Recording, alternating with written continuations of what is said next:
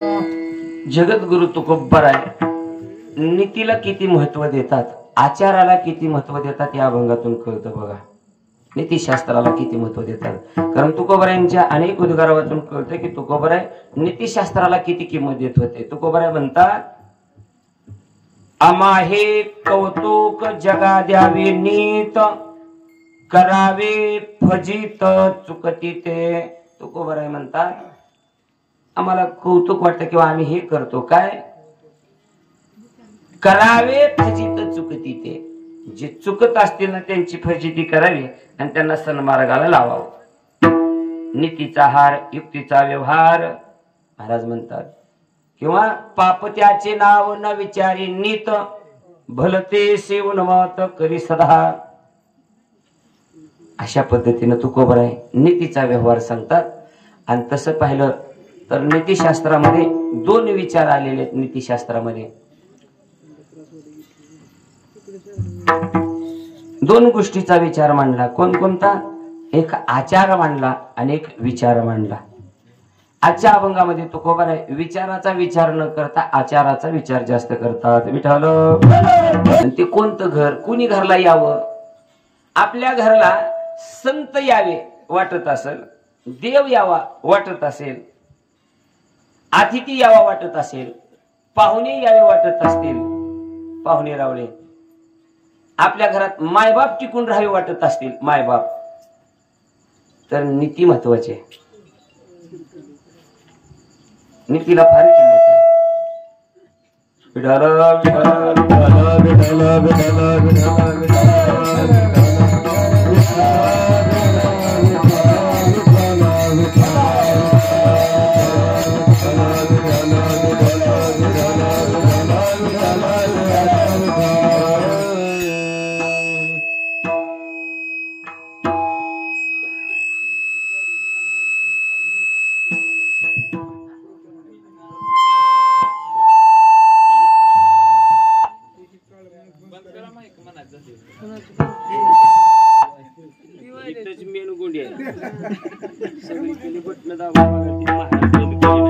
महाराजाचं बंद राहण्या बाकी चालू राहू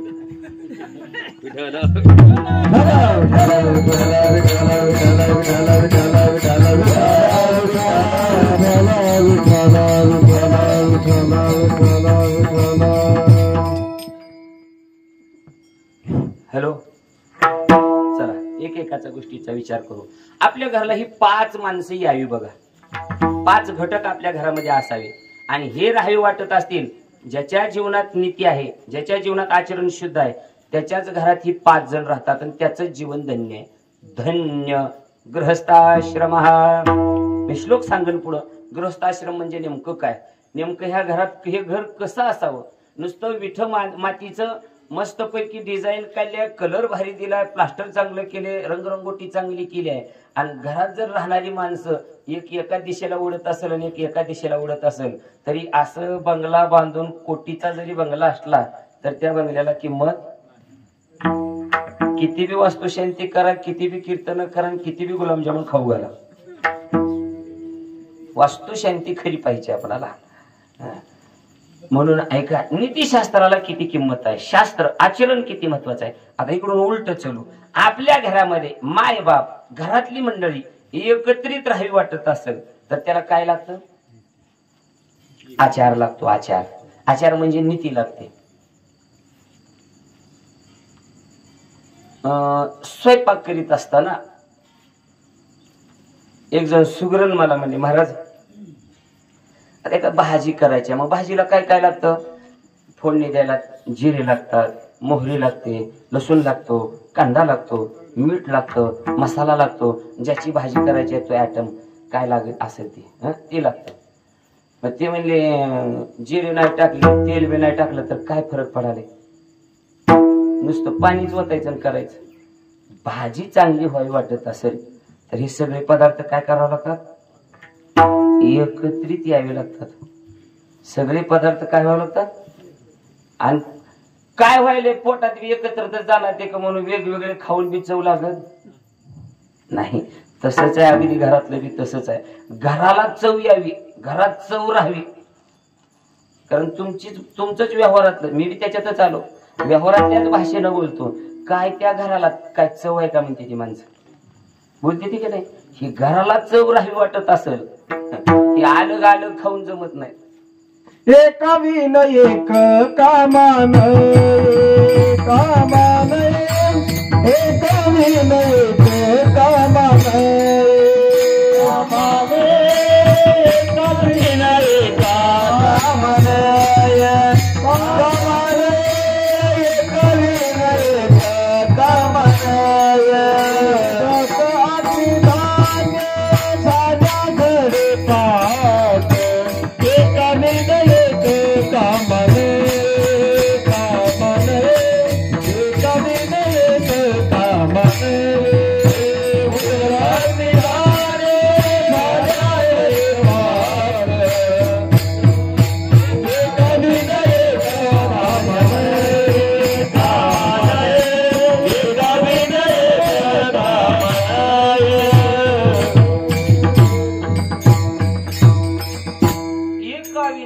कामाने एक एका वाचून कामाला येत नाही. भाजीला सगळ्या वस्तू एकत्रित टाकाव्या लागतात आणि त्या योग्य वेळेला जेवढ्या प्रमाणात किती प्रमाणात तेल तापवावं लागतं, कधी कांदा टाकावा लागतो, कधी कढीपत्ता टाकावा लागतो, कधी मीठ टाकावं लागतं, हे बी कळावं लागतंय. आणि योग्य वेळेला हे सगळं टाकून मिश्रित व्हावं लागतं, चांगलं शिजावं लागतं आणि मग ती भाजी खायला घ्यायची, मग तिची चव आहे. अगदी घरातलं बी तसंच आहे. घरातली माणसं कशी राहतात त्याच्यावर त्या घराची चव कळते. बाप जेवायला बसला की पोरग जेवत नाही, सासू जेवायला बसली की सून जेवायला येत नाही, आणि पोरग जेवायला बसले की बाप म्हणते कार्ट जेवायला आहे का. मी म्हणलं तुझंच आहे का गावाचं आहे. एवढी खालच्या भाषेत येऊन बोलावं लागलं. म्हणजे घरामध्ये मला सांगण्याचं तात्पर्य एकच आहे, घरातली माणसं जशी भाजीला लागणारे पदार्थ एकत्रित आल्याशिवाय भाजी चविष्ट होत नाही, तशी घरातली माणसं जोपर्यंत एकत्रित विचारानं येत नाहीत, आचरणानं येत नाहीत, तोपर्यंत त्याही घराला चव नाही. विठाल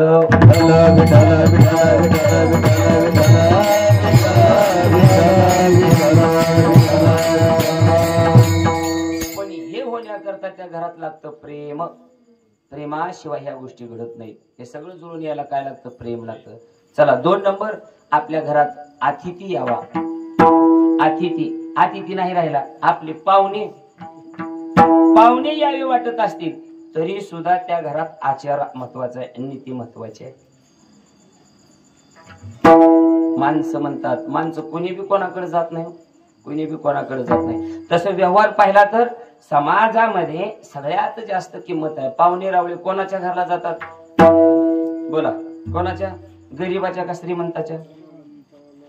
हा, धनवंताला गी सर्व मान्यता आहे जगी. अजून एक व्यवहारातली म्हण सांगतो, मोठ्या मोठ्या राम राम, बारक्या तुझं काय काम. माणसं धनवंतालाच राम राम घालतात. गावात जर एखादा समजा आता कीर्तन चालू आहे, पण कीर्तनाच्या सुरुवातीला आता कीर्तनाची वेळ झाली आहे, कीर्तनाची आपल्याच गावातले महाराज आहेत, महाराजाची बी गाडी आली आणि महाराजाबरोबर आमदाराची बी गाडी आली, दोघं बी एका मागे एक आलेत. खरं सांगा, समाज कोणाच्या पुढे पुढे करीत, खुर्ची बसायला कोणाला अगोदर, दूध कोणाला, आणि आमदार गेल्यावर पुन्हा बघू महाराज. हे हसण्यासारखं नाही, हे वास्तव आहे समाजाचं. समाज कोणाला किंमत देतो, कोणाला आदर करतो, ज्याच्याकडे धन आहे ना त्यालाच आदर देतो. बर कोणाच्या घरी जातो, जाण्याचं सांगतो तुम्हाला, जाण्याचं. ज्याच्या पैशावाल्याच्या घरी एखाद्याकडे पैसा नसेल, आपल्याकडे पैसा नाही, धन नाही, पण ऐका, आपल्या घराला पाहुणे रावळे यावे वाटत असतील, पाहुणे रावळे, तर एकच करा, तुमची वाणी मात्र शुद्ध असली पाहिजे, गोड असली पाहिजे, मधुर असली पाहिजे. व्यवहारामध्ये माणसं बोलताना सापडतात. का हो तुम्ही त्याच पाहुण्याच्या घरी उतरता, त्यांना राहायला घर नाही, छपर आहे, वाकून जावं लागतं.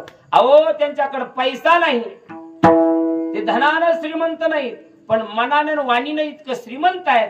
काय त्यांचं बोलणं, त्यांना दोन गोष्टी बोलल्याशिवाय आम्हाला पुढे जावंच वाटत नाही. घर किती मोठं बांधलंय याच्यापेक्षा तोंड किती चांगलं आहे याच्यावरून पाहुणे रावळे येत असतात. विठ्ठल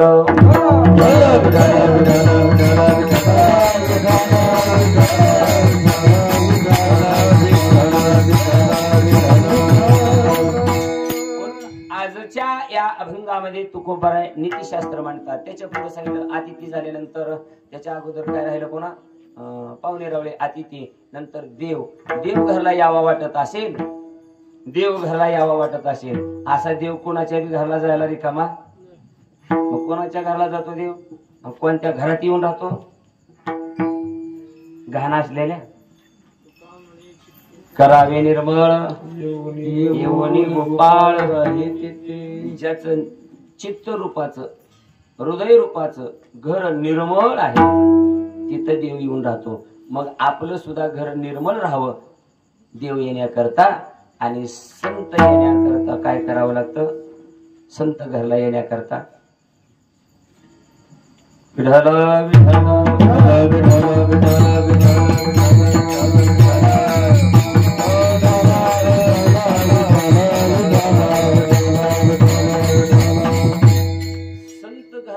करता काही लागत नाही, फक्त जीवनामध्ये विनय लागतो आणि नम्रता लागते. मारुती महाराजांना एकच अभंग येत होता म्हणे, एकाच अभंगावर महाराज प्रसिद्ध झाले. एक सांगू का तुम्हाला, आपणाला मेल्यावर बी जिवंत राहायचं असेल, वाक्य नीट ऐका,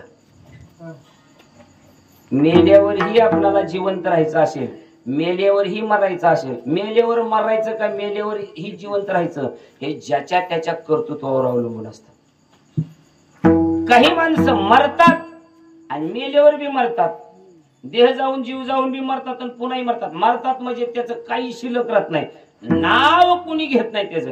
गाव म्हणतं पिढा गेली एकदाशी. ही म्हणजे देह जाऊन बी मरणं आणि कीर्ती रूपानं बी मरणं. पण देह जाऊन जीव जाऊन शरीर संपून हेही मरण, हे मरण येऊन सुद्धा जिवंत राहावं वाटत असेल, मारुती महाराज अजून बी तुमच्या आमच्यात जिवंत आहेत. मारुती महाराज अजूनही जिवंत आहेत. कशामुळं आता म्हणा, करिता देवार्चन उत्तम उत्तम जीवरे कीर्ती माझी, कीर्ती माझी उत्तम जीवरे कीर्ती माझी, कीर्ती माझी उत्तम जीवरे कीर्ती माझी, कीर्ती माझी उत्तम जीवरे कीर्ती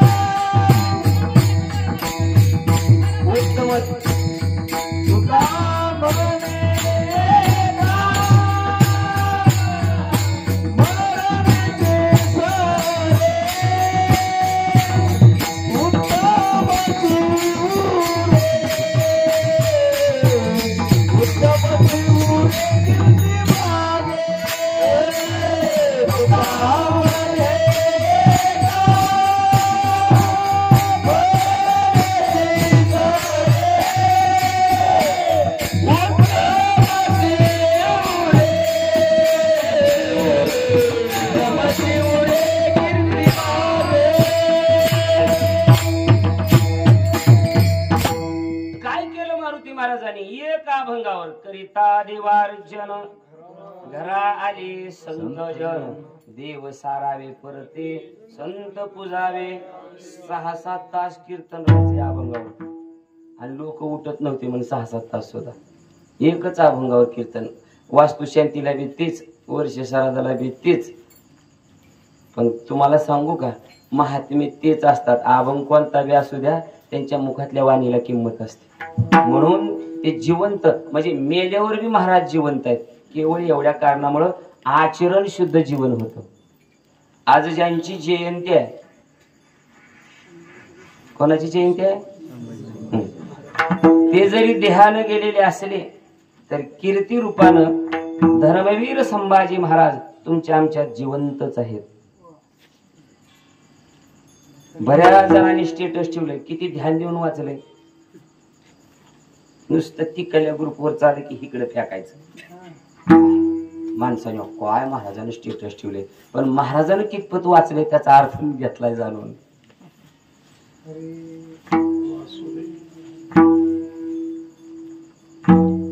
शृंगार होता संस्काराचा, अंगार होता कशाचा, मला बी आता पाठ केलं पण विसरलं बघा. शृंगार होता संस्काराचा, अंगार होता स्वराज्याचा, शत्रूही नतमस्तक होई जिथे, असा पुत्र होता माझ्या शिवबाचा. माणसं मेली पण कीर्ती रूपानं जिवंत राहिली. आता जिवंत असलेल्या माणसाला वाट बघायली ती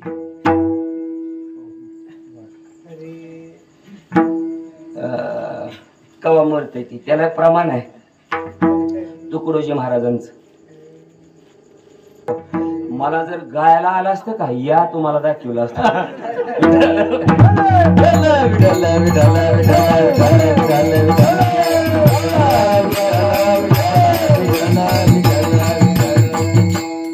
ऐंशी वर्षे जेव्हा भरली देहाची ती शुद्धी गेली, खो खो करोनी बेडके चगळी, सारी माणसे कंटाळली, सरळ म्हणून टाकतो.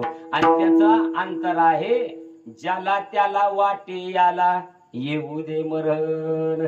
घरातली माणसं कंटाळतात, घरातली माणसं कंटाळली मग बाहेरची तर तोंड सुद्धा काढू देत. तू तोंड सुद्धा काढू नको म्हणजे घरात तुला कोणी नीट बोलला असलं. घरातल्यानी कंटाळवा नाही, कंटाळस्तोवर जीवन जगण्यापेक्षा त्यानं माणसं बाहेर गेल्यावर मोठी लट एखादी साडी घ्यावी, नरड्याला गोंधळून त्यानं मारावं. जिवंत राहण्याचा अधिकार नाही त्याला. अरे जिवंतपणी ही अवस्था आहे, म्हणून ही खरी शांती आहे, वास्तुशांती. छत्रपती आपलं धर्मवीर संभाजी राजांचं तुम्ही छावा चित्रपट बघितला, काय हाल केलं त्या औरंगजेबानं.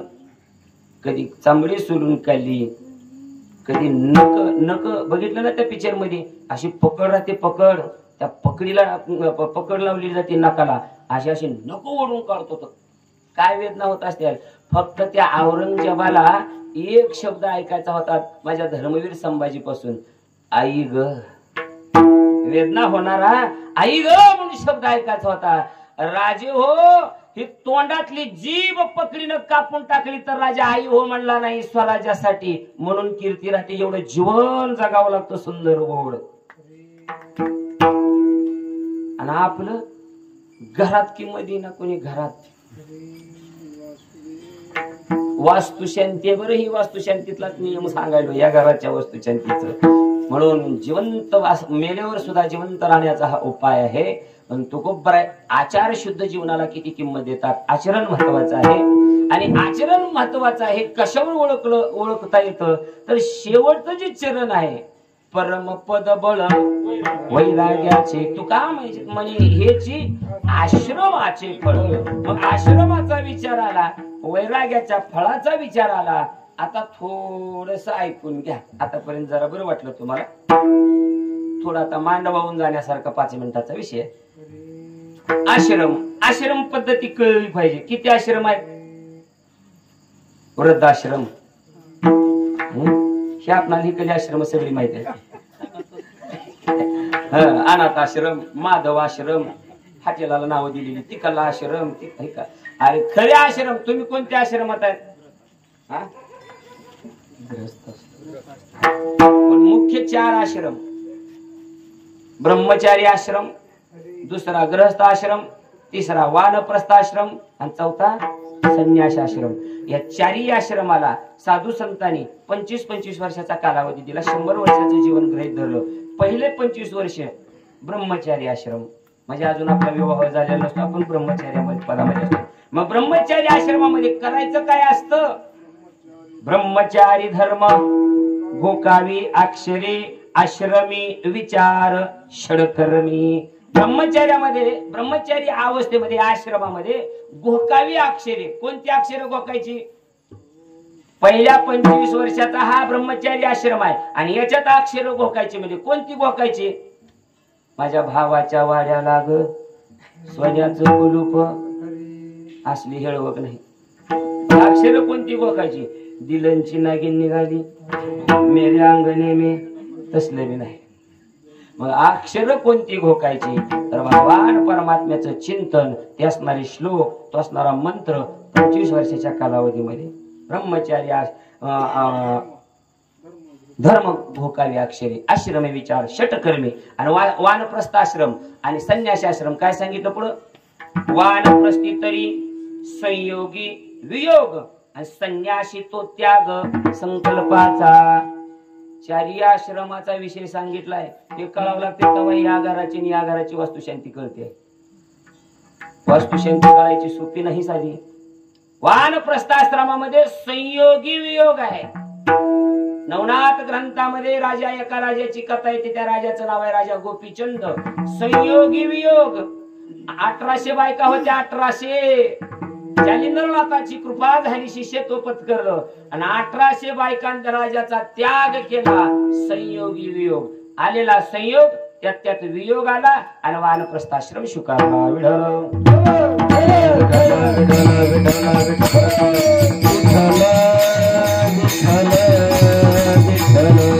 आणि शेवटचा आश्रम आहे संन्यासाश्रम. त्याच्यात काहीच नाही. संन्यासी तो त्याग संकल्पाचा. संन्यासाश्रमामध्ये संकल्प सुद्धा करायचा नाही. नाही करायचा. एक सांगू तुम्हाला, माणसं संन्यासाश्रमात नाही जरी गेली, संन्यासाश्रमाच्या आयुष्यामध्ये माणसं मनातल्या मनात संकल्प करतात. शास्त्र सांगतंय संकल्पितो त्याग संकल्पाचा. संन्यासी तो त्याग संकल्पाचा. संन्यास आश्रमाच्या आयुष्यामध्ये, वयामध्ये 75 ते 100 या वर्षामध्ये मनामध्ये संकल्प आणायचे नाहीत. संकल्पाचा काय करायचाय? त्याग करायचाय. 99 वर्ष आयुष्य 95-90च्या पुढे गेलेली माणसं सुद्धा मनातल्या मनात संकल्प करतात. काय करतात? संकल्प करतात माणसं. औंधा नाही माझ्या नाताला उभा राहू दिलं. पुढल्या वर्षी न जाणू देवाची कृपा जर झाली आणि देवानं जर मला अंतर्नातून उठवलं तर मी असाच उठन आणि गावभर प्रचार करीन. माझ्या नाताला निवडूनच आणीन. बाबा मारायला लागलं तरी संकल्प करायला लागले. संकल्पाचा त्याग आहे. म्हणजे हे 4 आश्रम सांगितले आणि या आश्रमाचं बळ सांगितलं. महत्वाचं बळ आहे परमपद बळ वैराग्याचे. वैराग्य त्याला म्हणतात. आता जाता जाता पुन्हा या चरणावर येईन नाही, फक्त वैराग्याची जाता जाता व्याख्या सांगतो. तुम्ही वैराग्य शब्द ऐकला असेल, वैराग्याचे प्रकार ऐकले असतील. आज मी प्रकार जास्त मांडत बसणार नाही. जिहासा वैराग्य, जिज्ञासा वैराग्य, मशान वैराग्य वगैरे वगैरे वगैरे माणसाला वैराग्य प्राप्त होत असत. मशान वैराग्य, मशानभूमीमध्ये गेल्यावर काही काही माणसाला वैराग्य निर्माण होतो. ते प्रेत पाहतात जळालेलं धड धड धड धड, तंबाखू मळालेले असते आणि वैराग्य निर्माण होतं जवळच्या लोक. काय बरं माणसाच्या जीवनात होय, काय सगळं हितच टाकून जायचंय. राहिली राग सगळं हितच टाकून जायचंय आणि काय माणसानं मीपणा करावा बरं आणि काय वैराग्य निर्माण होतं बरं. माणसानं चांगलं वागावं, सकाळी चांगला बोला, माणसानं नीट राहावं. आज ना उद्या एक ना एक दिवस प्रत्येकाला जायचं आहे. काय आहे जीवनामध्ये, काय आहे जीवनामध्ये, नीतीला चांगलं महत्व आहे. नीतीनं वागावं बघा माणसानं, नीतीनं वागावं बघा माणसानं. आणि माणसं सगळी गावाकडे जाऊ दिलं आणि येताना शेजाऱ्याचा चोराट्याचा बिंडा घेऊन आला, मातीला गेलो. मशान वैराग्य. म्हणून आमचं देव भलं करीत नाही. लय गोड ऐकण्यासारखं आहे, फक्त नुसतं ऐकण्यासारखं नाही, ऐकून वागण्यासारखं आहे. वागावं माणसानं तसं. म्हणून ऐका वैराग्य. वैराग्य कशाला म्हणतात? फक्त जाता जाता वैराग्याची खरी व्याख्या, खरं स्वरूप सांगतो. प्राप्त वस्तूचा त्याग करणं इति नाम वैराग्य. अप्राप्त वस्तूचा कोणी बी त्याग करील. बोला की एका रोज भीक मागून खाणाऱ्या भिकाऱ्यानं, रोज शिळ्या भाकरीचे तुकड्याची भीक मागणारा भिकारी आणि त्यानं वैराग्य धारण केलं, संकल्प केला आजपासून आपण जिलबी खायची सोडून दिली. तुला मिळती का? तुझ्या पैसे आहे का ती? अप्राप्त म्हणजे जिलबी त्याला अप्राप्त आहे. जवळच्या वस्तूचा त्याग करावा, प्राप्त वस्तूचा त्याग करावा. का प्राप्त वस्तूचा त्याग करावा? त्याला वैराग्य म्हणत नाही. आपल्या जवळची एक जण म्हणला, महाराज आपण मोटरसायकलीवर बसायचं सोडूनच दिलं बघा. मी म्हणलं मोटरसायकल अजून बघितलीच नाही ना आपल्या जवळ नाही बी म्हणा.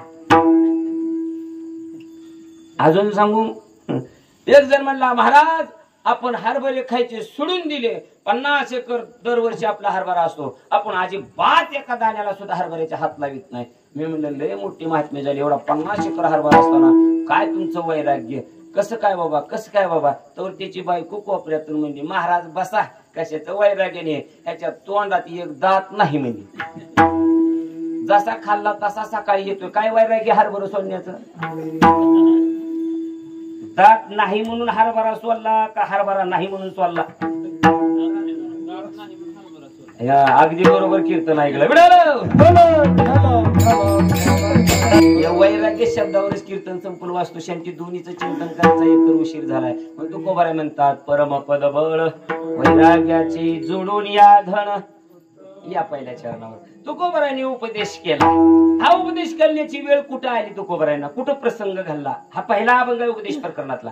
तर त्याचं तुम्हाला सगळ्याला चिंतन माहित, आपण एकदा आठवण करून देतो. जगद्गुरु तुकोबारायांची आर्थिक परिस्थिती हालाकीची तुकोबारायांनी वर्णन केली. जगद्गुरु तुकोबारायांची परिस्थिती धनाच्या बाबतीमध्ये छत्रपती शिवरायांनी जाणली, हेराकडून जाणली, स्वतः डोळ्यानं पाहिली आणि शिवरायांना दया आली.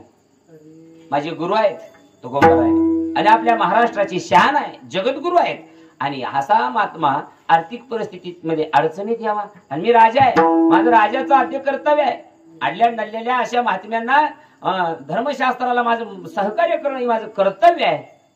म्हणून छत्रपती शिवाजी महाराजांनी माझ्या जगद्गुरु तुकोबाराला नजराना पाठवला. नजराना पाठवला. तो सेवक नजराना घेऊन आला आणि त्यांनी सांगितलं, महाराज आमच्या राजांनी हा नजराना तुमच्याकरता पाठवला.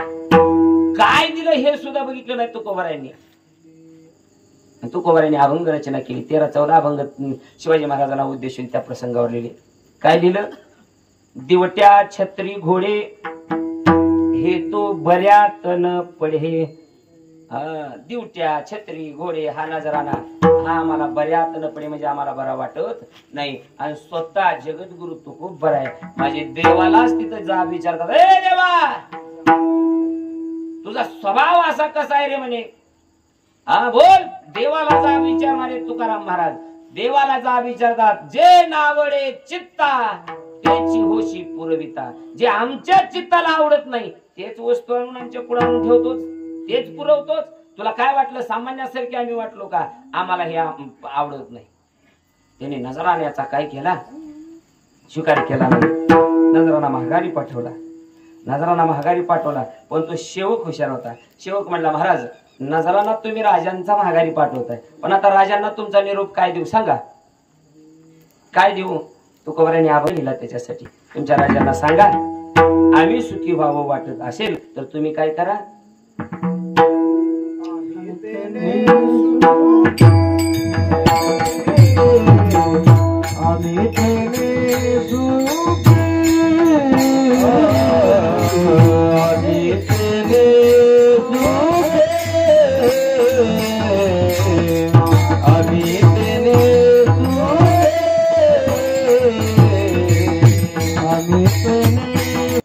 कंठामध्ये तुळशी मिरवावी आणि त्यांचे अनुयायी मावळे म्हणून घेणाऱ्यांनी डीजेवर नाचावं बेताल.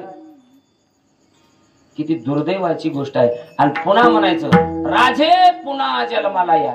तुझ्या बरोबर नाचायला राजे येतील बी, तू त्याच्या लायकीचा पाहिजे. म्हणून अजून त्याच्या पुढे सांगतात शेवट चरण त्या अभंगाचं, मनवा हरीचे दास तुका म्हणे मज हेरास. आणि हरिदास म्हणून घ्या. तुम्ही राजे जरी असले तर आम्ही हरीचे दास आहोत असा भाव ठेवा. आम्ही त्याने सुखी म्हणा विठ्ठल विठ्ठल. तो नजराना गेला महागारी आणि तो सेवक एके दिवशी तुकोबारायांना भेटला. तुकोबारायांना त्या सेवकानं तुकोबारायांना एक प्रश्न विचारला. महाराज माझी एक शंका आहे, विचारू का थोडीशी? महाराज म्हणजे विचार ना, जरूर विचार. एक सांगतो तुम्हाला, तुमची बरीच कीर्तने मी ऐकलीत शिवाजी महाराज आमच्या राजांबरोबर, आमच्या महाराजांबरोबर. मी ज्या वेळेस मला सेवेचा योग आला आणि त्या वेळेस ज्या वेळेस तुमची कीर्तन ऐकण्याचा योग आला, त्या वेळेस तुम्ही धनाचं महत्व सांगितलं जगाला, की गृहस्थाश्रम चालवण्याकरता धन किती महत्वाचं आहे. धनवंतालागी मगाशी सांगितलं तुम्ही, धनवंतालागी सर्व मान्यता आहे जगी जगी. धन असेल तर माता पिता मानिती वचन, जव चाले मोठा धंदा. आणि तो बहीण म्हणे दादा. बहिणीला जर विचारलं का ग तायडे, या वर्षी तू भावाला दिवाळीला ओवाळायला आली नाही, असाच खपुदी म्हणजे त्याला. म्हणजे तायडे झालं काय, गेल्या वर्षी ओवाळणीत रुपया तर टाकायचा होता त्यानं. बहिणीला ओवाळणीत रुपया भावानं नाही टाकला की पुढच्या वर्षीची ओवाळणी मिटली. समाजाची रीत आहे, समाजाची रीत आहे. पैसा असेल तर सगळं, असतील शिते तर नसतील भूते. धन असेल तर सगळं आहे. आणि हे सगळ्यात परिचय येतो बघा, सगळ्यात दांडगा मोठा अनुभव येतो नोकरदाराला. नोकरदाराला मग पाहुण्या रावळ्याच्या बी संदर्भात हे वाक्य बोलायला पाहिजे तुम्ही. पाहुणे रावळे सुद्धा धनवंताच्या घरी कशी येतात बघा. ज्याच्याकडे पैसा आहे ना त्याच्या घराला पाहुणे चिंग चिंग चिंगाट पळत येते. ज्याच्याकडे नाही आले बी तर झिंग झिंग झिंगाट महागारी जाते. शिववेव तुम्हाला कळावं, काही काय गाण्यातलं नव्हतं. तुम्हाला वाटतं हे ना सायराट नक्की बघितलंय विडालं.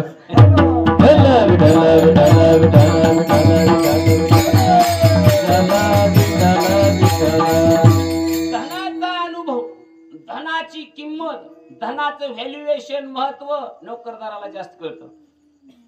हो, त्या बिचाऱ्याला महिन्यातून एकच दिवस उपचार आहे, पाहुणचार आहे, घरातला आदर आहे, सत्कार आहे. 29 दिवस त्याची चेटी त्यानंच पिळून टाकायची, काही नाही. धनवंत पुरुष अशी प्रमाणाने सांगतो, स्त्री लवतव करी कैशी. 29 दिवस त्या बिचाऱ्याला पाणी नाही, थकून आला, चहा नाही, डबा वेळेवर नाही. जर विचारलं जाग मला कामाला जायचंय, झाला का डबा, मला तेवढंच काम आहे का, दम निघत नाही का. आणि पगाराचा दिवस यावा, सकाळीच गरम पाणी आंघोळीला, हमाम, लक्स, लायबॉय, संतूर, व्हील बी का तुम्ही बी माना. हाती कपड्याचं साबण असते, ऐकत जावा जरा ध्यान देऊन. सगळी साबण लावली अति म्हणते. आणि मग उठणं, दिवाळीत लावती ती आणि आरतीचं ताट. ती म्हणलं अगं दिवाळी तर नाही वाटत. नाही म्हणले दिवाळी. मग आज पोळा आहे, एक दिवस तर नटू द्या तुम्हाला. एवढी किंमत चलते रे दादा नो पैशासाठी. विढाल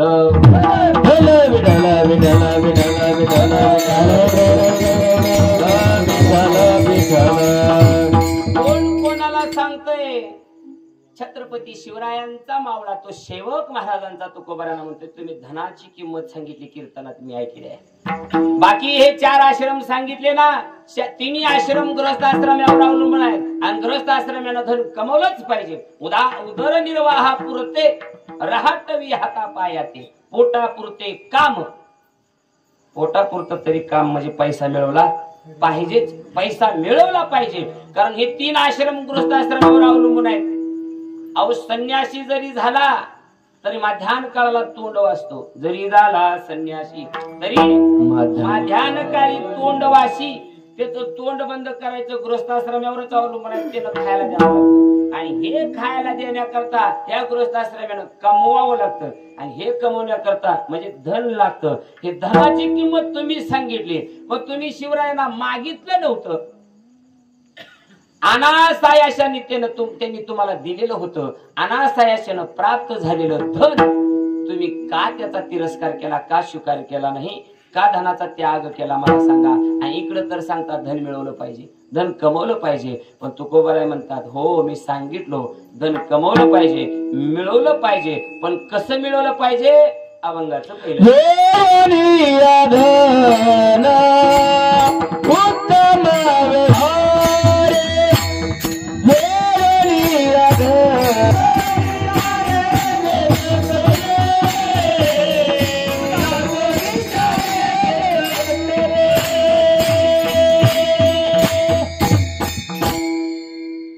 दिगंबरायांनी छत्रपती शिवरायांच्या मावळ्यानं सेवकानं विचारलेल्या शंकेवर दिलेलं उत्तर म्हणजे अभंगाचं पहिलं चरण.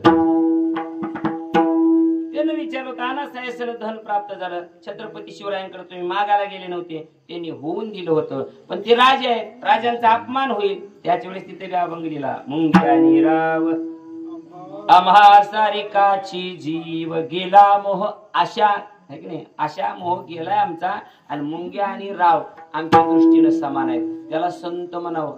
खरं आहे, ज्यांच्या दृष्टीत अपपर भाव नाही ना त्यांनाच असा नजराना महागारी करता येतो. ज्यांच्या दृष्टीत अपपर भाव गेला नाही ते माणसं असं धन मिळालेलं सोडत नाही. कारण अपपर भावाची ती वृत्ती आहे ना, त्या वृत्तीवरच आहे. अपपर भाव म्हणजे माझं तुझं, म्हणजे मग सांगितलेलं आमदाराला की राम राम, महाराजाला पुन्हा. तुम्हाला नमुना म्हणून कळावं म्हणून सांगितलं. असंच आहे, जे जगामध्ये धनवंत आहेत, श्रीमंत आहेत, मोठी माणसं आहेत, त्यांना आले की आधी आदर देणं आणि गरीबाला पुन्हा बघणं किंवा त्याच्याकडे न पाहणं, याच नाव आहे अपपर भाव. जवळचं लांबचं बघणं. ही ज्यांच्या अंतःकरणातून गेलं. संत जेवढी किंमत राजाला देतात तेवढीच मुंगीला देतात. जेवढी श्रद्धा राजावर, जेवढा भाव राजावर, तेवढाच मुंगीवर. मुंगे आणि राव आम्हा सारिकाची जीव. इथून तिथून जीव सारिके आहेत. बघा संतांच्या बाबतीमध्ये, दयेच्या बाबतीमध्ये सुद्धा संत, दयेच्या बाबतीमध्ये सुद्धा संत देवापेक्षा श्रेष्ठ आहेत. देवाकडे तरी थोडा तिथं काय मर्यादा आहे. दयावंत तरी देवाची सारखी, आपते पारखी ओळखते. दयावंत, दया करण्याच्या बाबतीमध्ये संत देवासारखे आहेत, पण तिथं अपपर भाव ओळखत नाही. तुम्ही दृष्टांत सगळ्यांनी ऐकलाय. फक्त जाता जाता जाणीव करून देतो अपपर भावाची. फक्त पटमनी उत्तर द्या. भर सभेमध्ये शिशुपालानं भगवान श्रीकृष्णाला किती शिव्या दिल्या? 100 शिव्या दिल्या. आणि 101व्या शिवीला बरोबर मुंडकं उडवलं. सुदर्शन कालन मुंडकं उडवलं आणि बरोबर ज्ञानोबारायांची बुद्धिमत्ता बघा. 11वा अध्याय उद्या उघडा ज्ञानेश्वरी मधला. आणि बरोबर 121 ओव्या आहे. 100 ओव्या संपल्याने 121 ओव्या आहे. हगाराज सुयागाच्या सभासदी कैसा निस्तेजिलाची उस्तेरी. त्या सभासदाची आपला शिशुपालाची ओवी.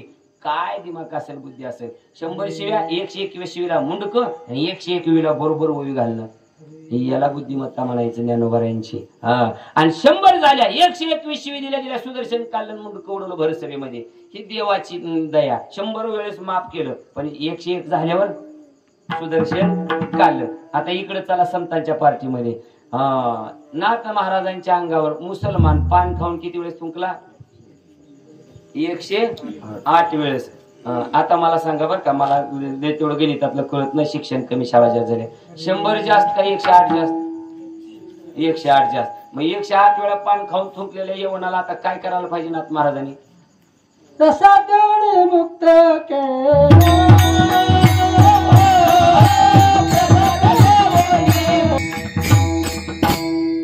आपल्याला इथपर्यंत नाथ महाराजांचं चरित्र माहिती आहे. नाथांच्या चरित्रामध्ये अजून याच्या पुढे कथा बघायला. दयेच्या बाबतीमध्ये, शांततेच्या बाबतीमध्ये प्रसाद देऊनी मुक्त केला. इथपर्यंत तुम्ही ऐकले कुठं तरी, मी सांगितलं एवढ्या महिन्यात, 1.5 महिन्यात. पण नाथ महाराजांनी विचार केला. त्या बिचाराने 108 वेळा पान खाल्ले. बघा जेवण झालं कीर्तनाला जरा माणसं यायली म्हणून थोडा उशीर व्हायला. साहित्य आणायचं आहे, स्पीकर लावायचा आहे, लाइटिंग जोडायचं आहे म्हणून बसलेली माणसं म्हणले. सुरुवातीला जेवण झाल्या पान खाल्लं. पान खाऊन ते पान खाल्लेलं थुंकलं आणि बसले. अजून कुठवर आले म्हणजे माळावर गेलेत पकवाजानाला. बरोबर टाळा आणायला गेले. म्हणजे त्यांनी विचार केला बसलेल्या माणसाने, यांना यायला कमीत कमी 10 मिनिटं लागते आणि जोडाजोडी करायला अजून 15-20 मिनिटं लागते. कातर अजून एकदा सुपारी, कातरली. पुन्हा एकदा पान खाल्लं. 2दा पान खाऊन बी अजून काय कुठं जाण जोड दिसताना गेली. ते बी पान खाऊन थुंकलं. 3ऱ्या वेळेस म्हणले कात्रा पान सुपारी. 3दा पान तुकून खाल्लं आणि मग पुन्हा माईकवर उभारले आणि मग म्हणले मना पहिली ठाईचे. कसं काय झालं होतं मला काय सांगायचं. ते जेवण झाले होते, 3दा पान खाल्लं, जिभरट आली. जिभरट येतेच. मी मी का उपेक्षा करण्याकरता बोलत नाही, मला मुद्दा काय मांडायचा आहे, पानामध्ये काय काय पदार्थ असतात. आता आपण फक्त मोजके पदार्थ खातो, पण पानाचा विडा हा अष्टभोगापैकी एक आहे. 13 पदार्थ ज्या विड्यात असतात त्याला पानाचा विडा तांबूल म्हणतात. तांबूल अष्टभोगातला विडा आहे. 13 पदार्थ लागतात. पण आपल्याकडे गरिबीनं सुपारी, पान, चुना आणि खावा पुन्हा पुन्हा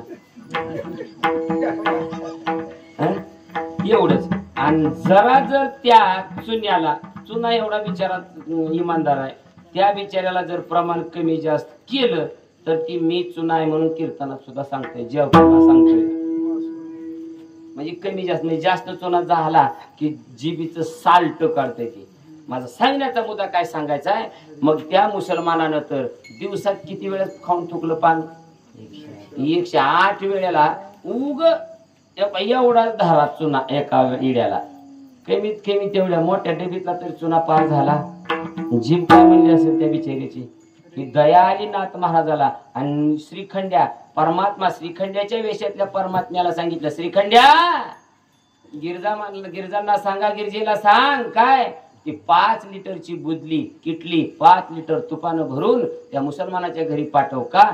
रोज एक बुटक जिबीला लावत जा म्हणावं सकाळ संध्याकाळ. ही पान खाऊन रट झालेली, साळून निघालेली जीभ नीट होईल. ही ज्यांची भूमिका असते त्यांना संत म्हणावं. आणि त्याच्या जीवनातली खरी वास्तू शांती म्हणावी. तर त्याला ईश्वर असणारा परमात्मा त्यांच्या घरात येतोय. असं जीवन सुंदर जगावं लागतंय. म्हणून मुंग्या आणि राव आम्हा सारिकाची जीव. चला पुढं. आणि म्हणून तुकोबाराय सांगतात, जोडून या धन.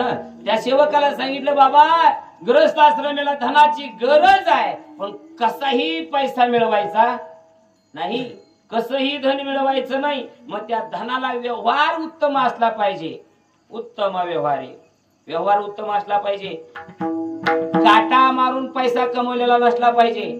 2 नंबरचा पैसा कमवलेला नसला पाहिजे. दुसऱ्यावर अन्याय करून मिळवलेला पैसा नसला पाहिजे.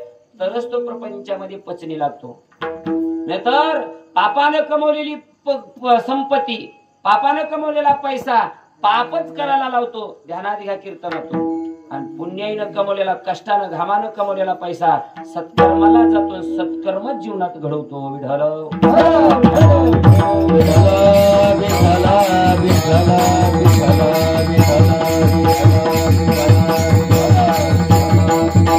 ऐका दृष्टांत. पापाचा पैसा पापाला आणि पुण्याईनं कमवलेला पैसा पुण्याईला कसा जातो. एक गुरु शिष्यांची जोडी होती आणि गुरु एका मोठ्या ट्रस्टचा अध्यक्षपद प्राप्त झालं. मोठ्या ट्रस्टचं. आणि एके दिवशी हा आपला शिष्य मोठ्या ट्रस्टचा अध्यक्ष होता. आणि हा शिष्य सकाळ सकाळी लवकर त्या ट्रस्टला ऑफिसला जात असताना एक भिकारी सकाळी दारामध्ये आला. काहीतरी द्यावं. आपले त्याने खिशात हात घातले आणि काय लागेल त्या हाताला देऊन टाकलं. 50 रुपयाची नोट आली देऊन टाकली त्याला. त्या आनंदानं उड्या मारीतच गेलो. रोज एका माणसाकडे 1 रुपया करता भेग मागावी लागते. हे 50 कमवायला 50 जणांच्या पुढे हात पसरावा लागतो. पण सकाळ सकाळी आज एकानंच 50 दिले. खुश झाले आणि निघून गेलं.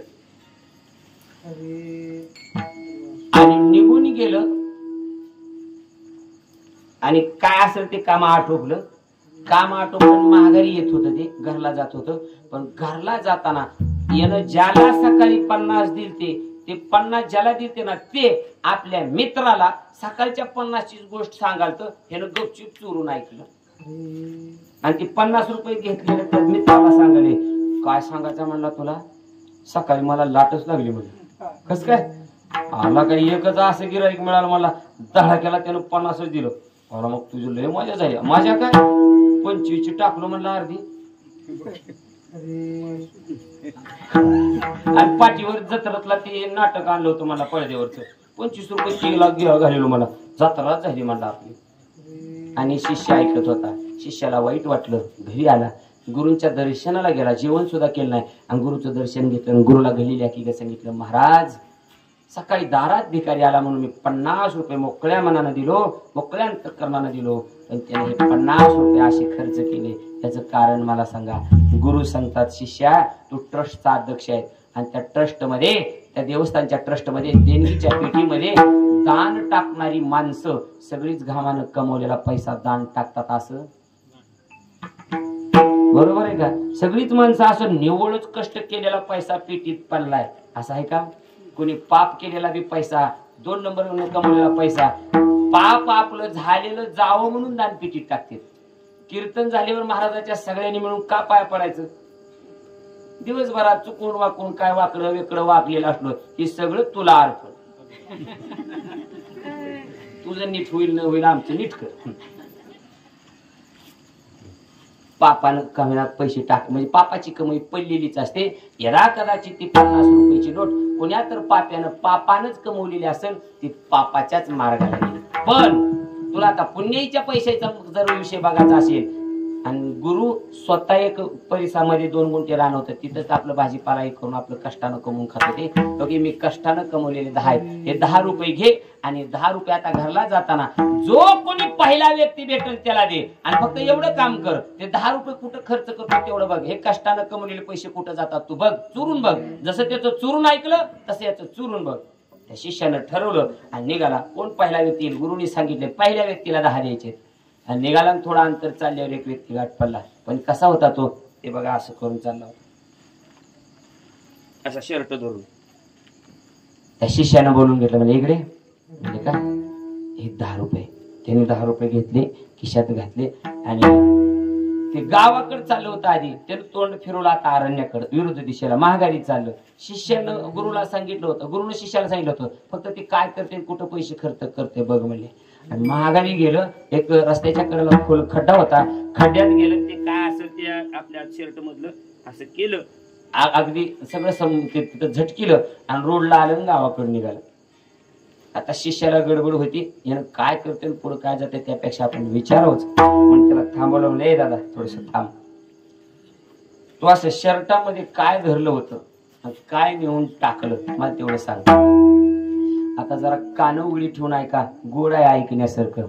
पुण्याईचा पैसा पुण्याईला कसा जातो. त्या माणसानं उत्तर दिलं, दादा खरं सांगू का डोळ्यातून अश्रूच्या धारा बंद नाहीत.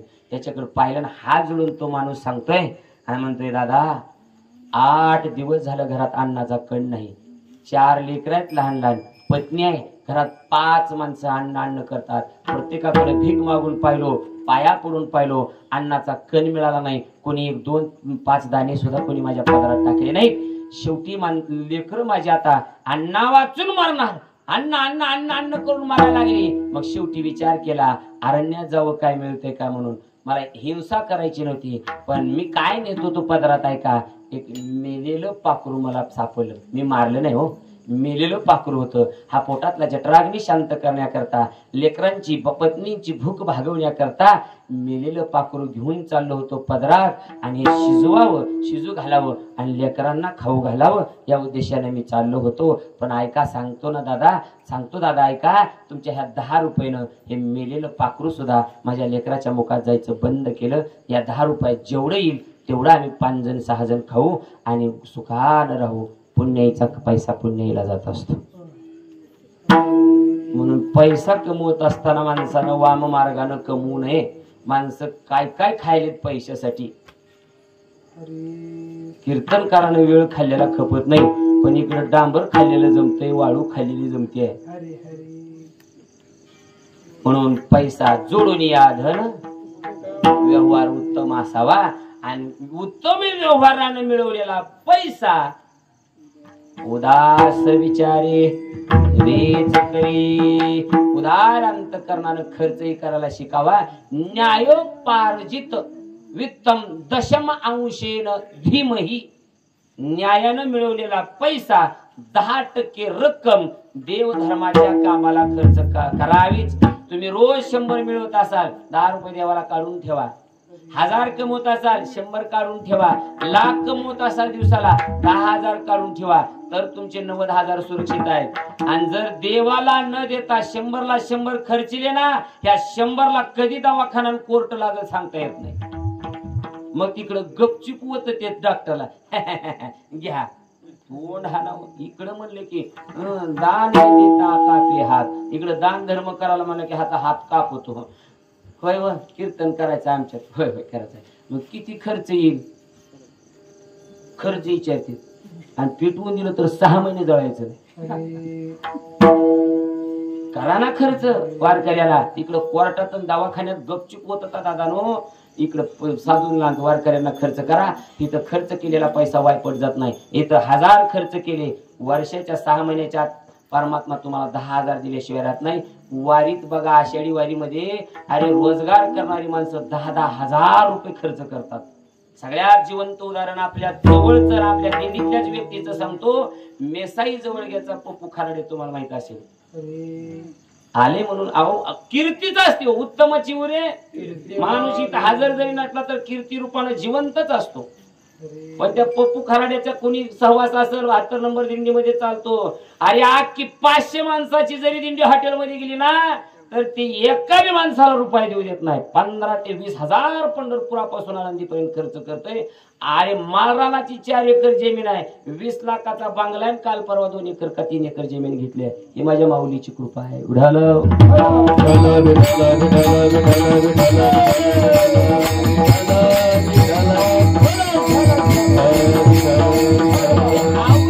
का उदाहरण मी सांगितलं. उदास विचारे काही वारीत गेल्यावर सुद्धा हात आकडते.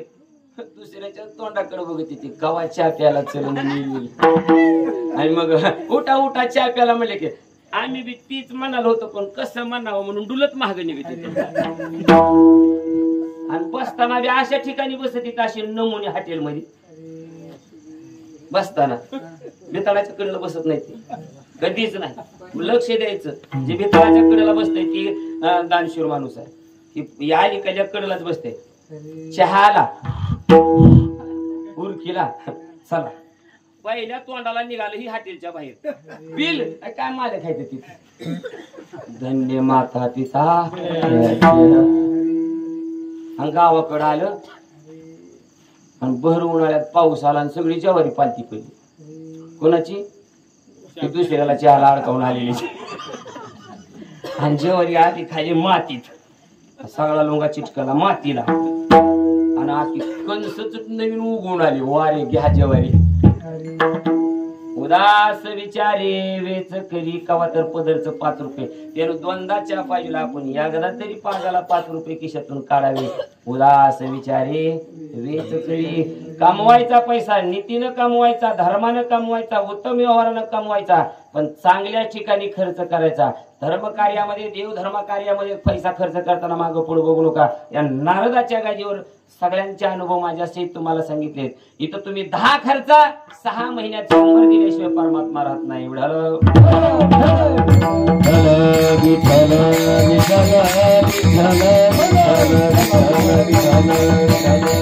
आणि असा जो कोणी असेल ना आता याच्यावर शंका आहे. उत्तमाची व्यवहारे उत्तम व्यवहार केला धनविसलं मग महाराज असा कोणत्या स्थितीला प्राप्त होतो. अभंगाचं 2रं चरण. उत्तमची गाती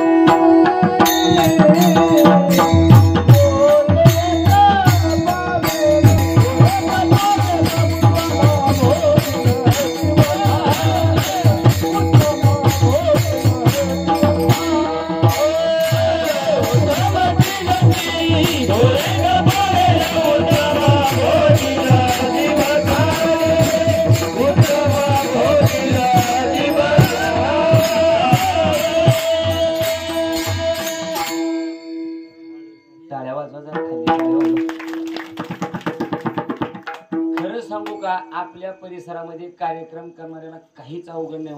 एक 5-7 गावची भजनी मंडळ झाले का. बेंबळी, उंबरे गव्हाण, बरमगाव, वडाळा, पाटोदा, नांदुरगाव, गोगाव एवढ्या गावची जर 2-4 ही सगळी मंडळी जर आली ना कसलाही कार्यक्रम असू देव ती खरी खाणारी कलाकार आणायची गरज नाही. ती एकच चाल म्हणते पण अख्खं कीर्तन होईपर्यंत असं बघ मला नटतय का बर आपलं काय झालं तू बस खाली पुन्हा एवढी बार आलाय आलाय. अरे आमच्यातला का कसली म्हणते ती तरी तीस त्याच्यात नादात असे ती कीर्तन कसं गोड होईल बहाणावरच नसते ती आमची. असो ऐसा कोठे या रंगातली आपली वारकरी आहेत. म्हणून आपल्या भागात कार्यक्रम करायची गरज नाही. ज्याला कोणाला कार्यक्रम करायचा एवढी 5-7 गावची बोलवायचे काय नाही खर्च होत नाही. मी मागं म्हणलं तसं द्या वारकऱ्याला काय फरक पडत नाही, त्याला पाण्याचं सुद्धा द्यायला तुम्ही गाडीवाल्याला 100 द्यायचं का? तुझा सासरा आहे का येवा फुकट यायला? सासरा आला तुझा कागदी वास्तुशांतीला तर 2500चा आयार घेऊन गेला आणि वारकऱ्याला तू 100 रुपयाच्या त्याला कणतो. विढाल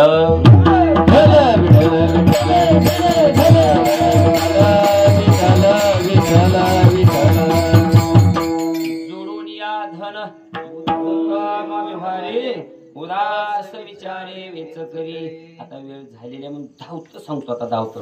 असा जो कोणी असेल कोणत्या गतीला पावल उत्तमची गती होईक पावेल उत्तम भोगील जीवखानी. आता प्रमाण 5 मिनिटं बंद करा, राहिलेली 4 चरण सांगायचे आणि दोन्ही घराचं अंतर एक 10 मिनिटं घ्यायचे. तुम्हाला 5 मिनिटात 15 मिनिटात कीर्तन संपल घड्याळ बघायला तुम्ही, पण अजून एक 15 मिनिटं द्या मला, कारण अजून वास्तुशांतीला नेमकं असं अजून त्याच्या प्लास्टरला गेलो ना मी. तिथून रंगकाम तुम्ही म्हणता तुझी लयला का वास्तुशांतीला आमच्या बसाव काय खाली. 15 मिनिटं द्या, 5 मिनिटात 4 चरण राहिलेली 10 चरण, त्याला 10 मिनिट 10 मिनिटं लागत नाही, जो जाऊ त्या चरणामध्ये. ऐका म्हणून तुकोबाराय सांगतात हे सगळं सांगायला, या वास्तुशांतीचं सांगायला देहाच्या देह शुद्ध करायचा आहे, धन चांगल्या मार्गाने मिळवा, चांगल्या मार्गाने खर्च करा. उत्तमची गती ही खरी वास्तुशांती या देहाची. या देहाला उत्तम गती मिळाली म्हणजे वास्तुशांती चांगल्या गतीला पावला. चला पुढं 3रं लक्षण, त्याच्या पुढचं 2रं लक्षण सांगतात महाराज. परोपकारी हे एक विशेष लक्षण. परनिंदा नेने परनिंदा हे एक. परस्त्रिया सदा बहिणी माया.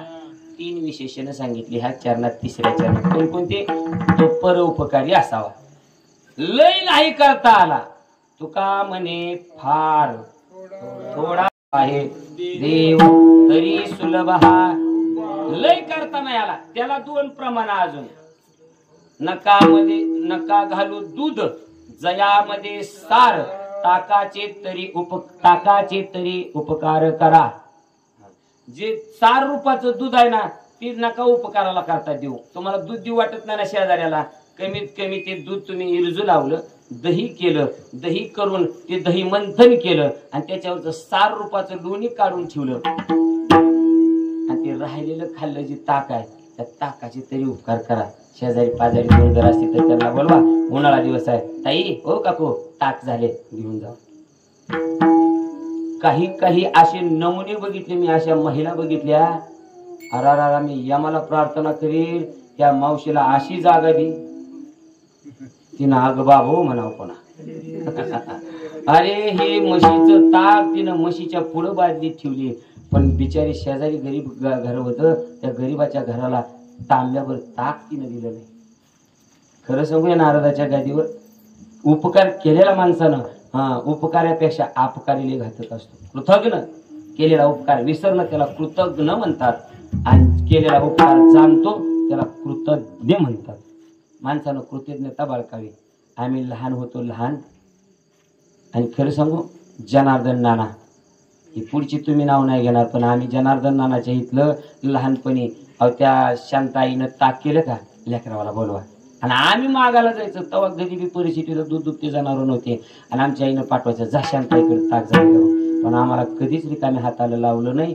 ती माणसं मरून गेली, उत्तमची उरे केलेलं दान कुण्या ना कुण्या रूपानं आज या नारदाच्या गादीवर त्याचा उच्चार होतोय. म्हणून दान करायला शिका. सार असलेलं दूध नका देऊ, पण आसार ताक तरी द्या. आसार ताक तुम्ही जनावराला पाजता पण माणसाला देत नाही, म्हणून परोपकार करा. परनिंदा दुसऱ्याची निंदा करणारा नसावा. पण काय माणसावाला सवय आहे, जेवण झालं आणि वट्यावर येऊन बाहेर बसली की निंदेची पंचपदी झाल्याशिवाय त्यांच्या पुढच्या भजनाला सुरुवातच होत नाही. निंदेची पंचपदी करणारच, त्याचं तसं त्याचं असं, त्याला तसं करायला नाही पाहिजे होतं, त्याचं मी सकाळी तसं ऐकलं. तुझ्या दिव्याखाली आमदार काय ताट्या बघ, पण माणसं बघत नाहीत. म्हणून निंदा नका करू किसी, निंदा मत करना किसी की, सच्ची बात कबीर जी की. कौरव पांडव दोनों बाही एक सच्चा एक झूठा, सच्चा तो वैकुंठ में गया, झूठा नरक में बैठा। म्हणून निंदा मत करना किसी की, सच्ची बात कबीर जी की। निंदा कोणाची करू नका जीवनामध्ये, ही घराची वास्तुशांती आहे। परस्त्रिया सदा बहिणी माया, पराविया नारी रुक्माई समान, मानलिया धन काय धन वेचे। परस्त्री आई समान बहिणी समान मानल्यावर काय वेचल? अरे लाजा वाटतात दृश्य बघितल्यावर माणसाला। असं त्या संभाजीनं वाघ फाडला तशी माणसं फाडावी वाटतात, पण काय करावं? त्याच्या घरच्यालाच गोड वाटते, आपण काय करायचं? बाहेरच्या माणसांनी काय करायचं?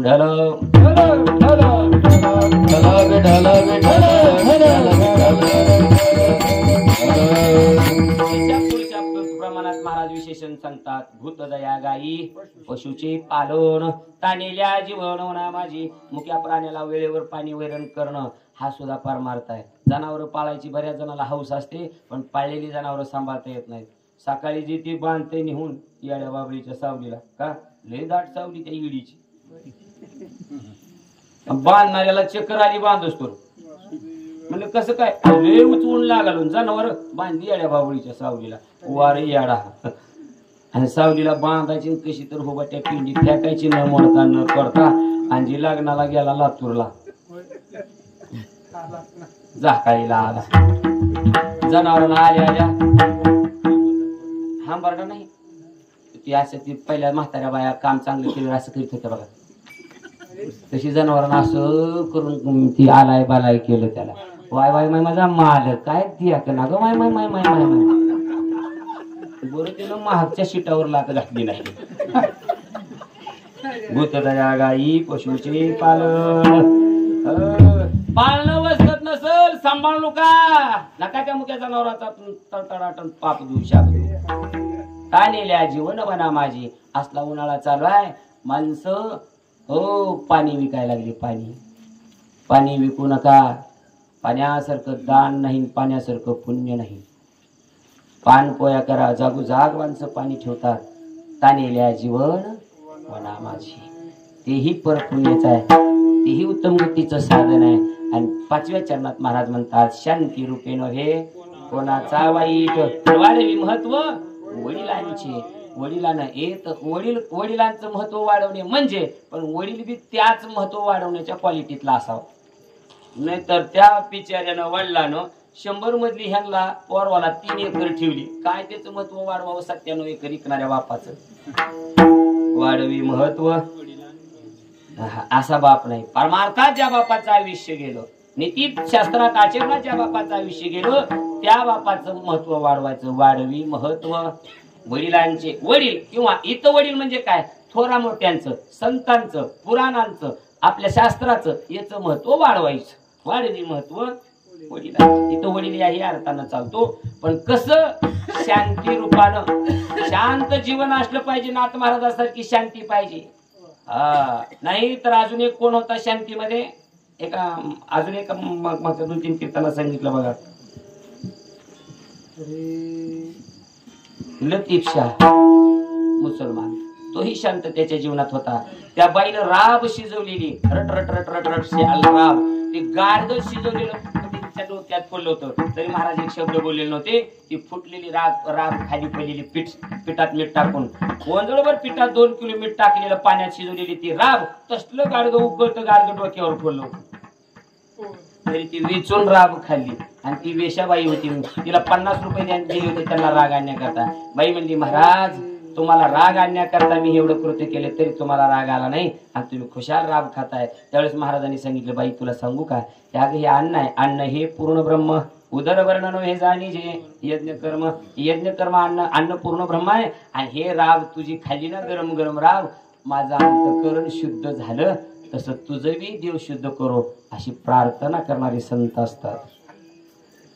म्हणून शांती रूपेन हे कोणाचा वाईट, आणि हे खरं वैराग्य आहे। तुका म्हणे हेचे आश्रमाचे फळ। एकदा भजन करून मग वास्तू 10 मिनिटात बघू। विठोबार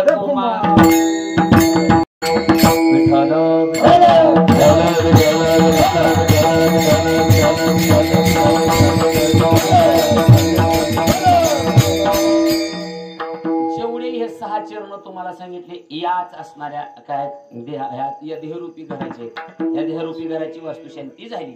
पण बघा हे घर बांधायचं आहे. हे घर बांधताना आपलं हे घर बांधताना काय करावं लागतं? अगोदर सलाब टाकावं लागतं. असं आहे का? पाया बी नसते, कॉलम बी नसते, गाडी बी नसते. घर बांधला का नाही का मी सांगायचं?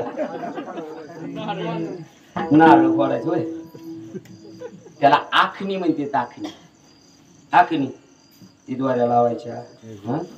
त्याला काय म्हणायचं? आखणी. ती एक आखणी झाली. आणि त्याच्या अगोदरची एक विचाराची आखणी असते. का?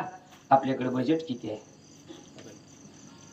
त्या मिस्त्रीचे पैसे किती होते, मटेरियलला किती लागलं, तर किशात नाही काय म्हणते तसं.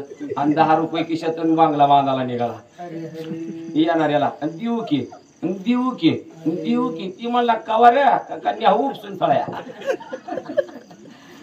म्हणजे ही सुद्धा आखणी आहे. मग या घराची सुद्धा आखणी करावी लागते. तशी त्या घराची आखणी आहे. आता या घराची आखणी काय? आचार आणि विचार ही या घराची आखणी आहे. प्रेम. आता पाया बांधा त्या घराचा. आखणी झाली, पाया चालतो. त्या घराचा पाया झाला की या घराला बी पाया आहे. प्रेम रूपाचा पाया आहे. पाया झाला की घराच्या भिंती बांधायला चालू झाल्या. या तस या घराच्या भिंती काय? घरातली बुजुर्ग मुठ्ठी थोर मोठी माणसं ही घराच्या काय भिंती आहेत. घराचा स्लॅब पडला तस या घरातलं सुख म्हणजे घराचं छत आहे. माणुसकी घरातली तिजोरी आहे. आत्मविश्वास हा घरातला काय आहे? पाहुणा आहे. गर्विष्ठपणा हा घरातला शत्रू आहे. विचाराची देवाण घेवाण ही घरातली तेवती समय आहे. जिवाळा आणि दान हे घराचा कळस आहे. अशी 15 वैशिष्ट्ये आहेत घरातली. आणि या घरातला आता सांगतो. मागाशीच मी सांगितलं घर बाहेरी झालं, चांगल्या इंजिनियर करून ती आखणी करून घेतली, प्लॅन काढला, चांगलं बांधलं, मटेरियल चांगलं वापरलं, कलर चांगला दिला, पाहुणे रावळे बोलवले, चांगलं जेवण केलं आणि चांगली घरात राहिले. पण कसे राहावे त्याला एक श्लोक आहे. धन्य गृहस्थाश्रमा कोणता? सानंद सुदनम सुताच सुधीय कांता मृदुभाषिणी सानंद सुन्मित्रम स्वयोषितिरीचे आज्ञापरा सेवकहा. आणि महाराज म्हणतात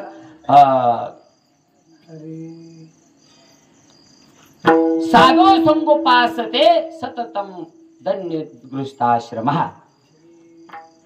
त्या घरामध्ये आता काय काय राहावं लागतं? सानंद सदनम. सानंद म्हणजे त्या घरातली माणसं सदैव आनंदी राहावी. नंतर एवढं मोठं घर बांधलंय मी मागा म्हणलं तसं आणि घरातून बाहेर पडलं की उगाच जळकी मळकी तोंड. कुठे एवढा मोठा बांगला बांधला तोंडावर कशा सुरकुत्या लगेच पडल्या तुमच्या? माणसं घरातली आनंदी पाहिजे तर घर बांधून उपयोग आहे. सानंद आनंद पाहिजे. सुधनम धन चांगलं कमवलेलं पाहिजे. बर. सुतास्त म्हणजे मुलगा आणि नोकर आज्ञा पाळणारे पाहिजे. बर. कांता मृदुभाषिणी. मृदुभाषिणी म्हणजे गोड बोलणारी बायको पाहिजे. एवढा मोठा बांगला बांधला आणि बायकोनं जर म्हणली तुम्हाला कायच कळत नाही, मेला र तू सळ्या आणून शिमिटाची पोती वाहून, मेला काय उपयोग झाला तो एवढा बांगला बांधून? ज्या दिवशी तुला एवढा प्लास्टर करून बांगला बांधून जर बायको ज्या दिवशी म्हणली ना तू नीट धबधब्याला आपल्या निघायचं खाली आणि खाली मुंडक वरी पाय सुळांग मारायची कोरड्या हिरीत. मी हाय तुझ्या दशक्रियाला राहू नये त्याने जिवंत राहू नये. लय गोड आहे हो ती. काही तुम्ही हसाला पण हे सगळं वास्तव आहे. खरी परिस्थिती आहे. काय घर मोठं? अरे झोपडी राहू द्या, या झोपडीत माझ्या. काय गाणं होतं ते? ओ ध्यान द्या, हसले तुम्ही. अरे शबरीचा किती कोटीचा बंगला होता, रामप्रभू भेटायला गेले त्यावेळेस. बोला ना. साध्या झोपडीमध्ये राहणारी शबरी 80 वर्षात एकदा या अंगुळत केलेली शबरी तिला जगाचा बाप भेटायला जातोय आणि एवढा मोठा बंगला बांधला. पांडुरंग सुद्धा स्वप्नात आला नाही. काय उपयोग आहे?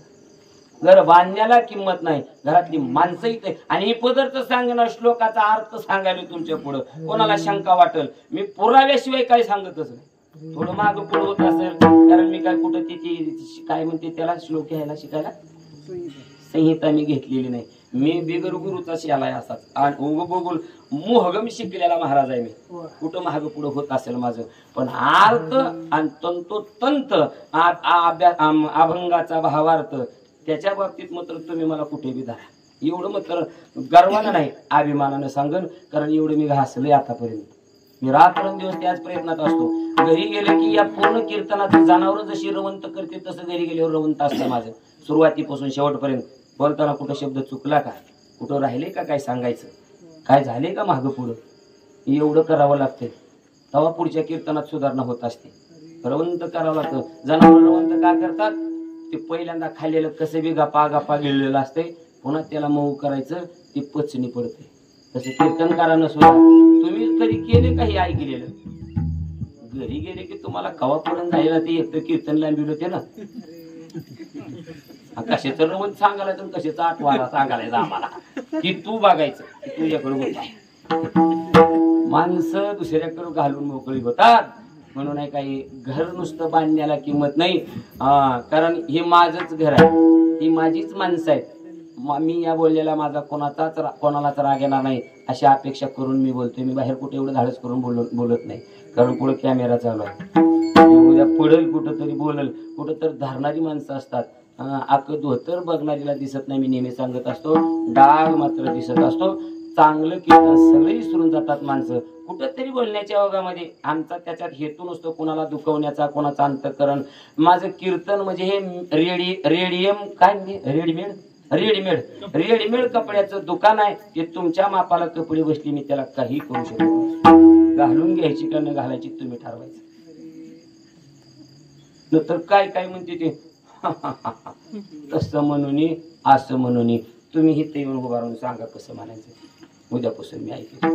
म्हणून या श्लोकाचा अर्थ सांगतोय. सानंद सुदनम सुताच्छ मृदू कांता मृदू भाषिनी. गोड आणि मधुर बोलणारी पत्नी पाहिजे हो. घरात मीठ भाकर असू द्या, रोजगार करून खाणारं कुटुंब असू द्या, पण बायकून आल्या आल्या जर विचारलं ना, पाणी तांब्या भरून द्यावा, थकले का तुम्ही, आज कसा गेला दिवस, जेवले का दुपारी, एवढं म्हणलं ना तर पतीचा सगळा दिवसभर केलेला कामाचा शीन जातो.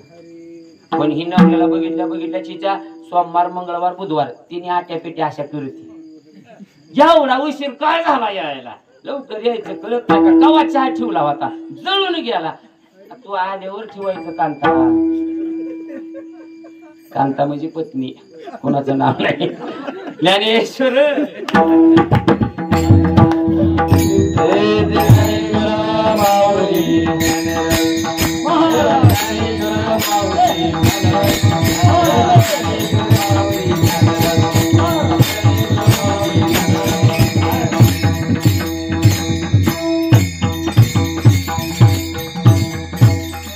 तुकाराम तुकाराम तुकाराम